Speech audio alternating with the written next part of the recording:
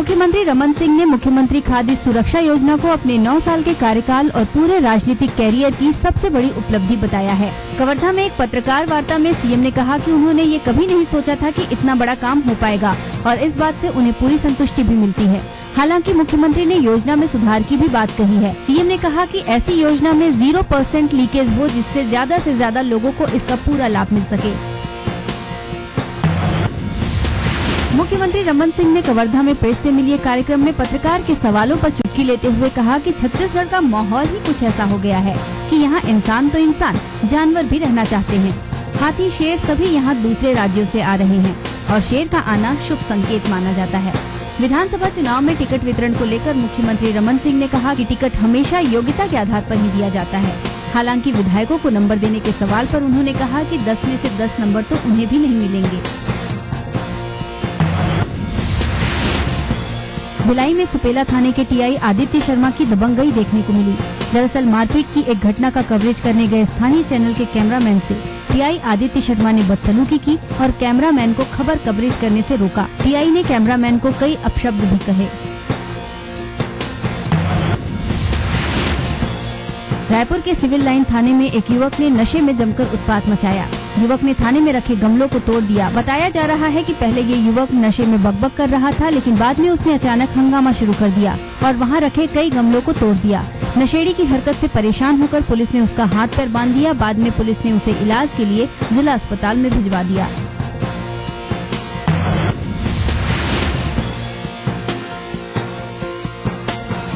परिवहन विभाग ने सभी बस ऑपरेटर्स के साथ ही निजी वाहन मालिकों को इस महीने की अंतिम तारीख यानी 31 मार्च तक काली फिल्मों को हटाने का फरमान जारी किया है। 1 अप्रैल से ऐसे सभी वाहनों के खिलाफ अभियान चलाकर कड़ी कार्रवाई की जाएगी। शुरुआती तौर पर वाहनों का पंजीयन निलंबित किया जाएगा। उसके बाद भी वाहन चालकों ने अगर निर्देशों का पालन करने में लापरवाही बरती तो पंजीयन रद्द भी किया जाएगा। आज प्रदेश के एटीसी एचके राठौर ने कहा कि सुप्रीम कोर्ट के निर्देशों के तहत ये कार्रवाई की जाएगी। उनका ये भी कहना है कि प्रदेश भर के बस ऑपरेटर्स को इसके बाबत साल भर पहले ही बताया गया है और भरपूर समय दिया गया है। इसके बावजूद स्थितियों में बदलाव नहीं आया है।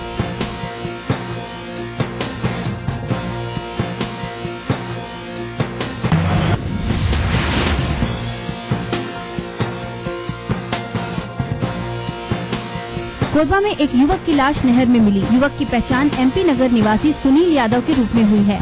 परिजनों के मुताबिक सोमवार को वो बैंक जाने के लिए घर से निकला था। देर रात तक घर नहीं लौटने पर परिजनों ने उसके मोबाइल पर कॉल किया तो मोबाइल बंद मिला। खोजबीन के दौरान मंगलवार की सुबह उसकी बाइक लावारिश हालत में मिली। परिजनों के अनुसार सुनील का बालको नगर की एक युवती के साथ प्रेम संबंध था, जिसके कारण कुछ दिन पहले उसका विवाद भी हुआ था, जिसकी रिपोर्ट बालको थाना में दर्ज कराई गई थी। मृतक के परिजनों ने युवती के परिजनों पर हत्या का आरोप लगाया है। फिलहाल पुलिस ने लाश का पंचनामा कर पोस्टमार्टम के लिए भेज दिया है।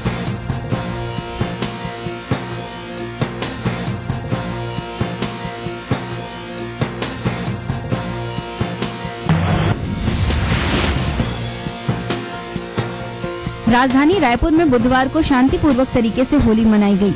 पुलिस ने होली के मद्देनजर सुरक्षा के पुख्ता इंतजाम किए थे। इसी मुस्तैदी के दौरान पुलिस ने कल करीब 20 पेटी शराब जब्त की है। इस मामले में पुलिस ने 6 लोगों को गिरफ्तार किया, साथ ही करीब 60 लोगों पर प्रतिबंधात्मक कार्रवाई की। इसके अलावा पुलिस ने 3 सवारी पर कार्रवाई करते हुए 200 मोटरसाइकिल जब्त की है।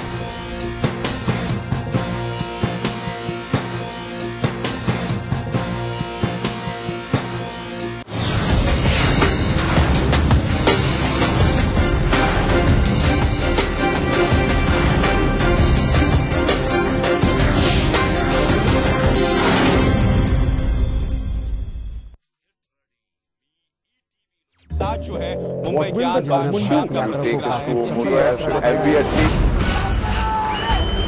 अगर आपको इस न्यूज चैनल पर दिखाई गई किसी खबर या कार्यक्रम से शिकायत है तो न्यूज ब्रॉडकास्टिंग स्टैंडर्ड्स अथॉरिटी को लिखें। ज्यादा जानकारी के लिए www.nbanewdelhi.com पर लॉग ऑन करें। खबर अब जिंदगी का हिस्सा है, इसलिए खबरें वही हों जो रोज नींद से जगाए अलार्म बनकर, गरम चाय की तरह तरोताजा करे हर सुबह और तैयार करे दिन भर के लिए। सुप्रभात मध्य प्रदेश, हर सुबह 7 बजे। कार्यक्रम के सह प्रायोजक हैं जेपी सीमेंट, अंदर से सॉलिड। हृदय रोगों के इलाज की विश्व स्तरीय सुविधा अब जबलपुर में ही उपलब्ध। चट्टानों सी मजबूती, खरे सोने की quality, Birla gold cement. DGR, आइए चले एक बेहतर कल। कैसी भी हो समस्या, यदा मुस्तरी करकटे या कमाने, यदा चश्मखोरा नमान से सड़ान से, सदा ज्योतिषी क्या पढ़ेगा लिखेगा, हुआ बालका बादशाही करेगा। कोई भी हो जिज्ञासा, हस्ताक्षर पहचान होती है व्यक्तित्व के अंतरंग ऊर्जा का, बाहरी प्रमाण से कुछ लेना देना नहीं होता। पाइए अपनी सभी समस्याओं का समाधान ग्रह, नक्षत्र और आप में। अपना प्रश्न रजिस्टर कराने के लिए डायल करें 186-142-444-5517 या फिर हमें SMS करें 562635 पर।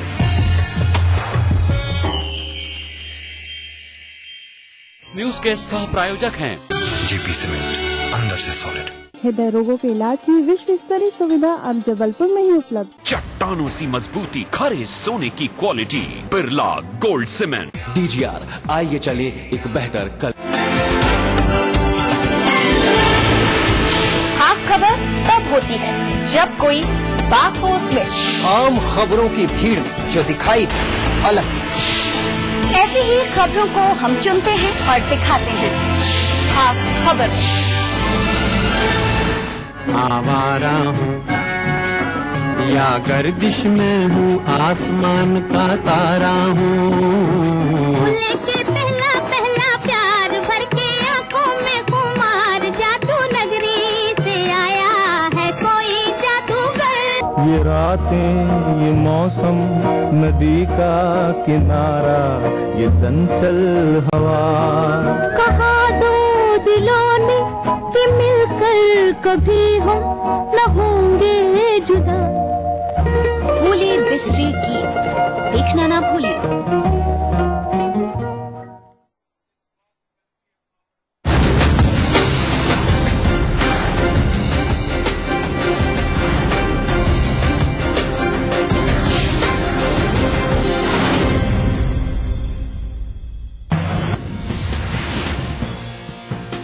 अहमदाबाद में गुरुवार को अमेरिकी कांग्रेस के सदस्यों और व्यापारिक दल ने गुजरात के मुख्यमंत्री नरेंद्र मोदी से मुलाकात की। अमेरिकी प्रतिनिधि मंडल गुजरात के मुख्यमंत्री से मिलकर गदगद हो गया। अमेरिकी प्रतिनिधि मंडल ने गुजरात में विकास कार्यों और राज्य की अर्थव्यवस्था में चमत्कारिक बदलाव के लिए मोदी की खूब प्रशंसा की। यही नहीं, इस प्रतिनिधि मंडल ने मोदी को अमेरिका आने के लिए आमंत्रित भी किया। अमेरिकी कांग्रेस के सदस्यों ने मोदी से मुलाकात के बाद कहा कि उन्होंने मुख्यमंत्री से अनुरोध किया है कि वे अमेरिका आकर वहाँ के लोगों को बताएं कि उन्होंने अपने राज्य के लिए किस निष्ठा से काम किया है। वहीं कांग्रेस के सदस्यों से जब पूछा गया कि क्या अमेरिका मोदी को लेकर अपनी वीजा नीति में बदलाव करेगा, तो कांग्रेस सदस्य का कहना था कि जरूर, अमेरिका प्रशासन के सामने ये मामला है और हम लोग रिपब्लिकन कानून निर्माताओं के साथ मिलकर इस दिशा में काम करेंगे। अमेरिकी प्रतिनिधिमंडल ने मोदी से मुलाकात के बाद प्रेस कॉन्फ्रेंस में कहा कि वे लोग मोदी की शख्सियत से काफी प्रभावित हुए हैं, खासकर उनके उस दर्शन में जिसमें उन्होंने कहा है कि मिनिमम गवर्नमेंट मैक्सिमम गवर्नेंस। 93 के मुंबई सिलसिलेवार बम विस्फोट मामले में आर्म्स एक्ट के तहत 5 साल की सजा पाने वाले अभिनेता संजय दत्त गुरुवार को मीडिया के सामने आए और कहा कि सुप्रीम कोर्ट के आदेश के मुताबिक वो सही समय पर आत्मसमर्पण करेंगे। उन्होंने ये भी साफ किया कि वे सजा की माफी के लिए कोई प्रार्थना पत्र नहीं देने जा रहे हैं, लिहाजा इस विषय पर कोई बहस नहीं होनी चाहिए। साथ ही संजय दत्त ने कहा कि वो अपने देश से प्यार करते हैं और उसके कानून का भी सम्मान करते हैं। मीडिया को अपनी बात कहते कहते संजय बेहद भावुक हो गए और रो पड़े। अभिनेता संजय दत्त ने अपनी सजा को माफ करने के लिए भले ही प्रार्थना पत्र देने से इनकार कर दिया है, लेकिन प्रेस काउंसिल के अध्यक्ष मार्कंडे काटजू अभी भी इस बात पर अड़े हुए हैं कि वो संजय दत्त की सजा माफी के लिए राष्ट्रपति और राज्यपाल को पत्र लिखेंगे। उन्होंने कहा कि उन पर इस बात का कोई फर्क नहीं पड़ता कि संजय दत्त ने आवेदन देने से इनकार कर दिया है। एक तरफ प्रेस परिषद के अध्यक्ष जस्टिस मार्कंडे काटजू संजय दत्त की माफी के समर्थन में खुलकर अपनी आवाज बुलंद कर रहे हैं और यहां तक कह दिया है कि अगर संजय माफी के लिए आवेदन नहीं देते तो अभी वे राष्ट्रपति और राज्यपाल को माफी की दरखास्त देंगे। तो दूसरी तरफ जनता पार्टी के अध्यक्ष सुब्रमण्यम स्वामी संजय की सजा की माफी के विरोध में उतर आए हैं। स्वामी ने कहा कि अगर संजय की सजा माफ हुई तो वे कोर्ट का दरवाजा खटखटाएंगे। संजय दत्त की सजा की माफी के खिलाफ स्वामी की दलील है कि सजा माफी के लिए लोक कल्याण अहम मापदंड है, लेकिन संजय दत्त के मामले में ये बिल्कुल लागू नहीं होता है।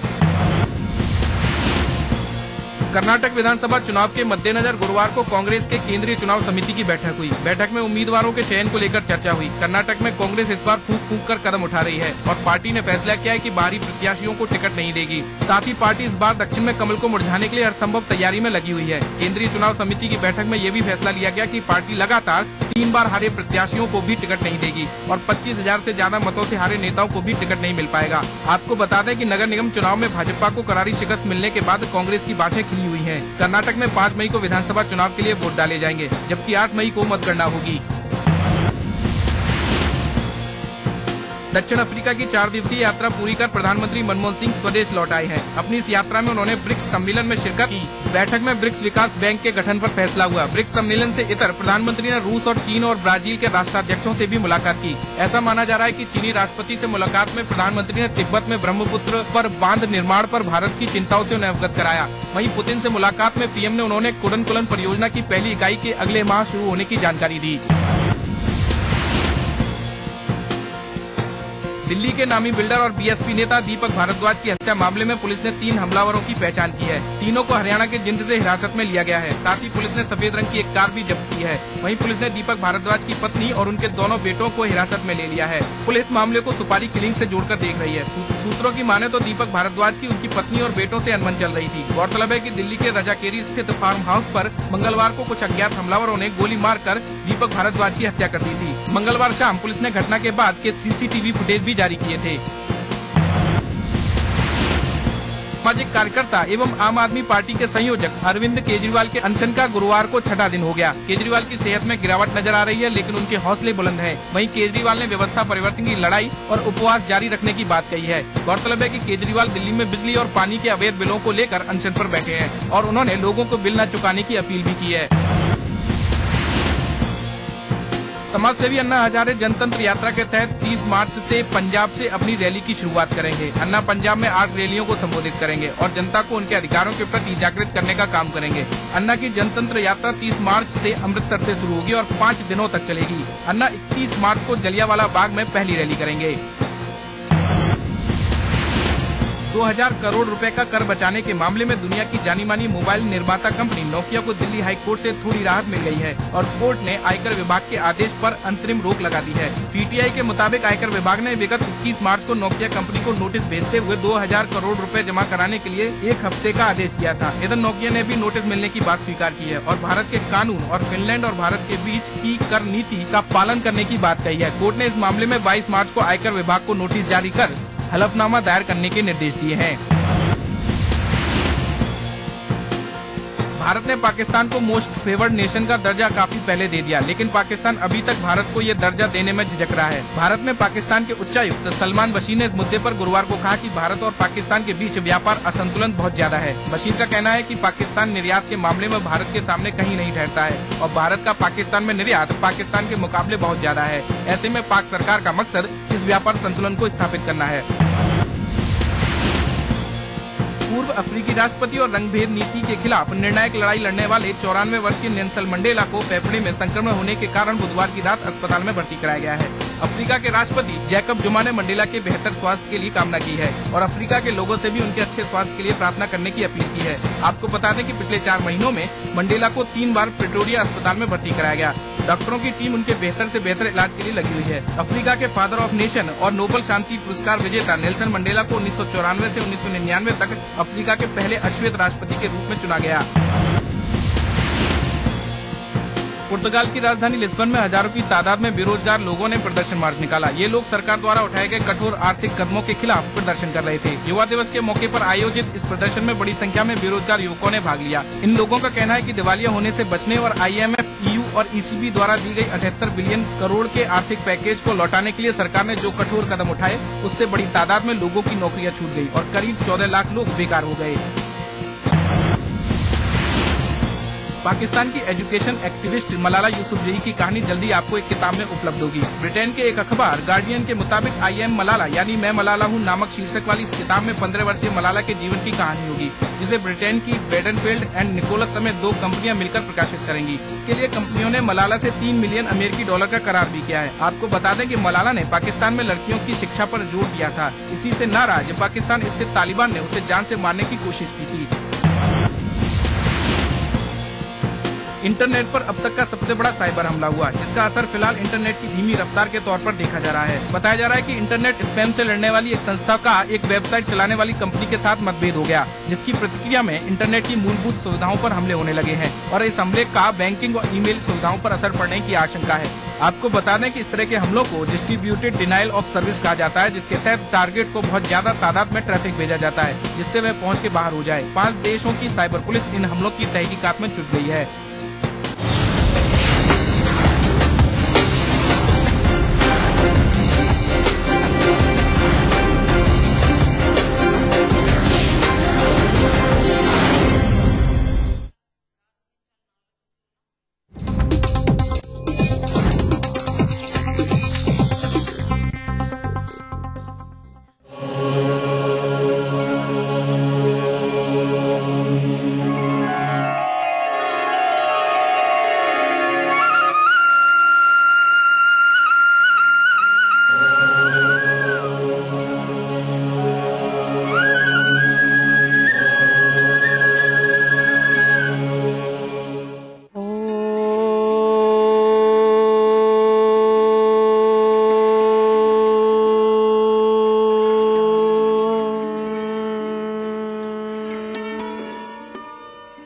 ईटीवी के सभी प्यारे दर्शकों का योग मंत्र में स्वागत है। मैं योग गुरु डॉक्टर महेंद्र सिंह और मेरे साथ में है मेरी सहयोगी श्रद्धा। आज हम करेंगे द्विकोणासन का अभ्यास, लेकिन इससे पहले एक बार फिर से देख लेंगे कल हमने जिस आसन का अभ्यास किया था। मार्जरी आसन को करने के लिए सबसे पहले दोनों पैर सामने से खोल लेंगे। अब एक एक पैर को घुटने से मोड़ते हुए वज्रासन की स्थिति में आ जाएंगे। रीढ़ की हड्डी को सीधा रखें। अब दोनों कोहनियों को घुटने के पास लगा लेंगे और हथेलियों के बल खड़े हो जाएंगे इस तरह से। अब धीरे धीरे श्वास लेते हुए अपना सिर ऊपर करेंगे, पीठ नीचे, श्वास छोड़ते हुए सिर नीचे और पीठ को पूरा ऊपर की ओर स्ट्रेच करेंगे। इस तरह से करते रहें। श्वास का ध्यान रखेंगे। श्वास लेते हुए सिर ऊपर होगा, पीठ नीचे, श्वास छोड़ते हुए सिर नीचे और पीठ को पूरा ऊपर की ओर स्ट्रेच करेंगे और अपनी पूरी एकाग्रता लोअर एब्डोमेन पर रखते हुए इसका अभ्यास करेंगे। और जब पीठ आपकी ऊपर रहे उस समय कोशिश करें अपनी पूरी एकाग्रता रीढ़ की हड्डी पर रखें। ध्यान रखेंगे हाथ आपके बिल्कुल सीधे रखेंगे, हाथों को नहीं मोड़ेंगे, अर्थात कोहनियों से हाथ को नहीं मोड़ेंगे। श्वास लेते हुए सिर ऊपर करेंगे, पीठ नीचे, श्वास छोड़ते हुए सिर नीचे और पीठ को ऊपर की ओर स्ट्रेच करेंगे। शरीर को झटका नहीं देना, बिल्कुल धीरे धीरे पूरी एकाग्रता के साथ करते रहेंगे। पीछे से दोनों पैर मिले हुए, घुटने आपस में मिले हुए।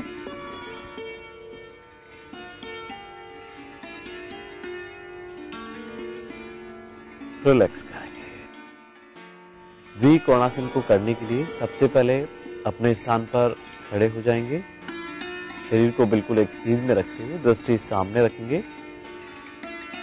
अब दोनों हाथों को कमर के पीछे ले जाते हुए दोनों हाथों से फिंगर लॉक बना लें और धीरे धीरे श्वास को बाहर निकालते हुए आगे की ओर झुकेंगे। अपनी क्षमता अनुसार जितना आगे की तरफ झुक सकते हैं जितने की कोशिश करेंगे। दोनों हाथों को पीछे की तरफ ले जाते हुए दोनों कंधों को पीछे की तरफ खींचें। कुछ सेकंड्स के लिए बने रहें इसी पोजीशन में और बिल्कुल धीरे धीरे श्वास लेते हुए वापस ऊपर आ जाएं। दोनों पैर मिले हुए आपके और श्वास को पूरा बाहर निकालते हुए झुकेंगे आगे की तरफ। दोनों हाथों को पूरा खींचें। ध्यान रखें दोनों घुटने आपस में मिले हुए और घुटनों से पैर को बिल्कुल भी नहीं मोड़ेंगे। एक बार फिर से करेंगे और ध्यान रखेंगे इस आसन का अभ्यास करते समय शरीर का संतुलन भी बना रहे। विशेषकर जो नए साधक है, जो इनिशियल स्टेज पे इस आसन का अभ्यास करते हैं, वे विशेष तौर से ध्यान रखें। बिल्कुल धीरे धीरे श्वास लेते हुए वापस ऊपर आ जाए। रिलैक्स करें। बेहद उपयोगी है ये द्विकोणासन का अभ्यास, विशेषकर उन लोगों के लिए जिनके कंधे में दर्द रहता है। कंधों की मजबूती बढ़ती है, इससे स्पाइन की मसाज होती है। लेकिन ध्यान रखिए, कमर दर्द या फिर स्लिप डिस्क की शिकायत हो या फिर सर्वाइकल की प्रॉब्लम हो, वे इस आसन का अभ्यास नहीं करें। और इस आसन का अभ्यास करते समय एक बात का विशेष तौर से ध्यान रखें कि घुटनों से पैर को नहीं मोड़ें। चाहे आप आगे कम झुक पा रहे हैं, लेकिन घुटनों से पैर को बिल्कुल नहीं मोड़ना। डायबिटीज और जिनकी लोअर एब्डोमेन पे एक्स्ट्रा फैट रहता है, कब्ज और गैस की शिकायत जिनको रहती है, उनके लिए बेहद उपयोगी है ये द्विकोणासन का अभ्यास। आज का योग मंत्र है, जिनको भी गाइटर या फिर घेंगा रोग है, वे ध्यान रखें, गोभी, शलगम, सोयाबीन और केले का सेवन बिल्कुल भी नहीं करें। तो आज के लिए बस इतना ही। कल हम फिर हाजिर होंगे एक नए योग मंत्र के साथ। तब तक के लिए नमस्कार।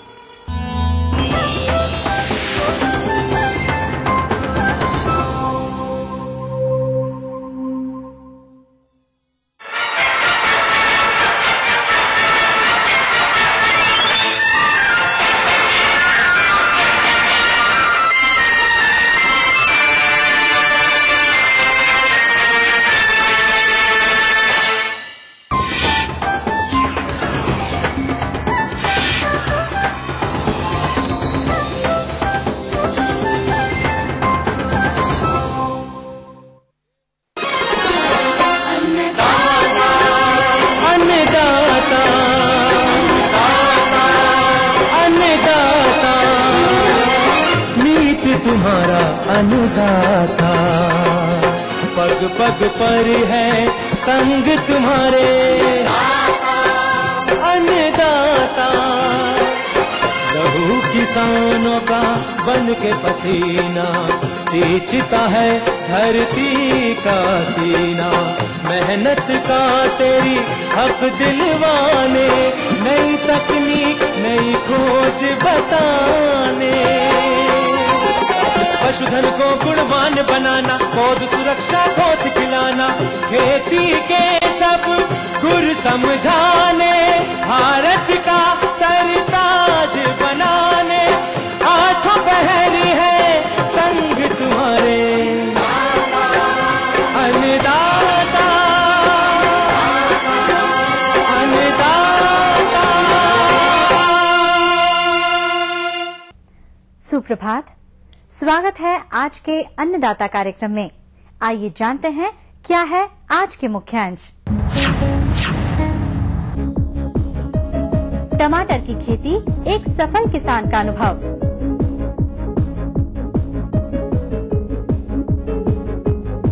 बैकयार्ड मुर्गी पालन पर जानकारी।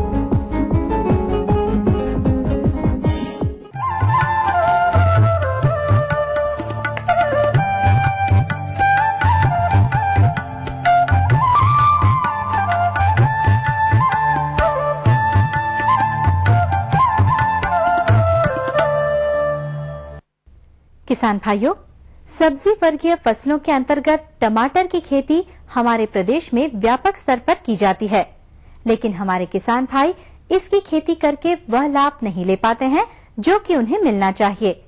और जब हमने इनके कारणों पर गौर किया तो पता चला कि हमारे किसान भाई इसकी खेती अभी भी परंपरागत तरीके से करते हैं, साथ ही इसमें किए जाने वाले प्रबंधनों पर भी लापरवाही बरतते हैं, जिससे उन्हें निम्न गुणवत्तायुक्त कम उत्पादन प्राप्त होती है और अंत में परिणाम ये निकलता है कि उन्हें टमाटर की खेती से लागत निकालना भी मुश्किल हो जाता है। किसान भाइयों, लेकिन इसके विपरीत प्रदेश में कुछ ऐसे भी किसान भाई हैं जो कि टमाटर की खेती वैज्ञानिक ढंग से कर अच्छा लाभ प्राप्त कर रहे हैं। इन्हीं कृषकों में से एक है ग्राम पलसोड़ा, जिला रतलाम के कृषक कमल अंजना, जिन्होंने टमाटर की 9 माह की फसल में प्रति एकड़ 50 टन का उत्पादन प्राप्त कर इसकी खेती से अच्छा लाभ प्राप्त किया है तथा अन्य किसान भाइयों के प्रेरणा स्रोत बन गए हैं। तो किसान भाइयों, आइए मिलते हैं उन्हीं से और जानते हैं उनके आय व्यय के बारे में। मैंने 2 एकड़ में टमाटर की खेती की है। इसमें यूएस का 3381 लगा रखा है। इसमें अभी तक हमने 15-17 तुड़ाई की है। 4100 कैरेट तुड़ाई हो चुकी है इसमें से, जिन्हें हम मंडी में बेच चुके हैं। और इसमें भाव भी हमें अलग अलग मिलता है। इसका एवरेज हमें 90 रुपए प्रति कैरेट के हिसाब से प्राप्त हुआ है। इस हिसाब से हमें अभी तक 3,69,000 रुपए कुल प्राप्त हुए हैं। किसान भाइयों, आइए अब चर्चा करते हैं इनके आय व्यय के बारे में। सर्वप्रथम इन्होंने खेत की तैयारी की, जिस पर लागत खर्च 1,500 रुपए, बीज पर खर्च 3,500 रुपए, नर्सरी तैयारी पर खर्च 750 रुपए प्रति एकड़ आया, पौध रोपाई पर खर्च 1,500 रुपए प्रति एकड़ आया। इन्होंने सिंचाई हेतु ड्रिप सिस्टम अपनाया, जिस पर प्रति एकड़ प्रति वर्ष लागत खर्च 3,500 रुपए तथा विद्युत पर व्यय 1,500 रुपए हुआ। इसके अलावा टमाटर के पौधे को सहारा देने हेतु बांस एवं तार का प्रयोग किया, जिस पर 10,000 रुपए प्रति एकड़ खर्च आया, जो कि 4 वर्ष चलेंगे। अतः तार व बांस पर प्रति एकड़ प्रति वर्ष खर्च लगभग 2,500 रुपए आएगा। साथ ही मजदूरों द्वारा प्रबंधकीय कार्यों पर व्यय 5,000 रुपए, खाद व उर्वरकों पर खर्च 7,500 रुपए तथा पौधे संरक्षण पर खर्च 12,000 रुपए प्रति एकड़ आया। इसके अलावा टमाटर की तुड़ाई पर खर्च 15,000 रुपए, परिवहन पर खर्च 20,000 रुपए तथा अन्य कार्यों पर खर्च 10,000 रुपए प्रति एकड़ आया।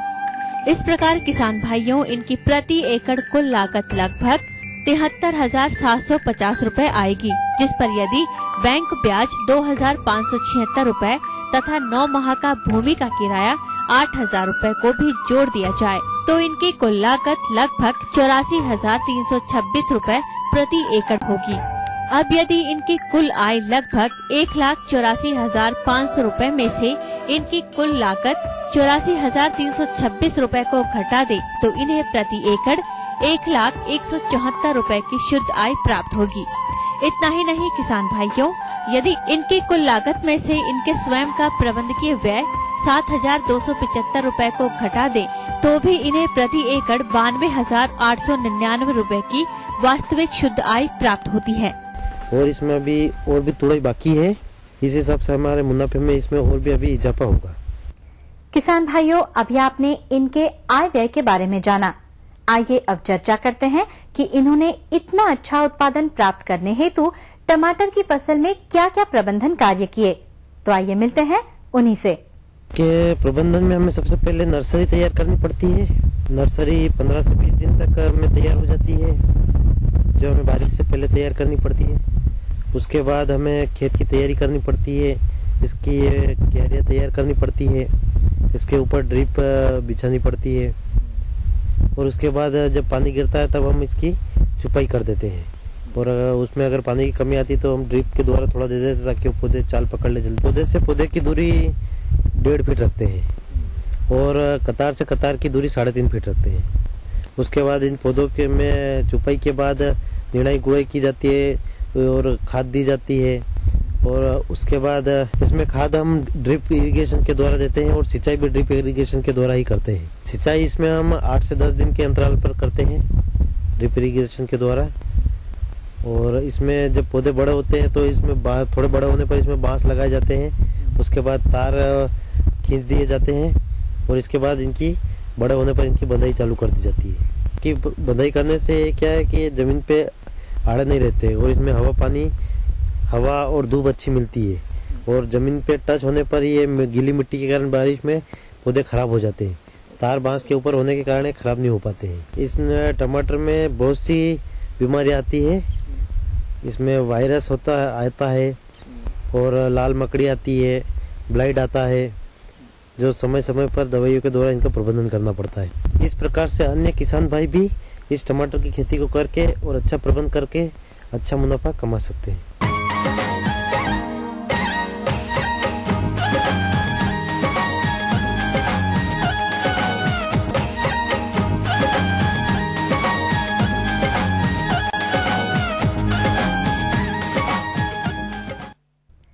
फलोद्यानिकी के अंतर्गत हमारे जिन किसान भाइयों ने चीकू के उद्यान लगा रखे होंगे वह फलन की अवस्था पर होंगे। क्योंकि गर्मी का मौसम चल रहा है, अतः हमारे किसान भाइयों को चाहिए कि वे इसमें आवश्यकतानुसार सिंचाई, उर्वरक प्रबंधन एवं पौध संरक्षण इत्यादि पर विशेष ध्यान दें, ताकि इस मौसम में भी चीकू के पौधे सुरक्षित रहें।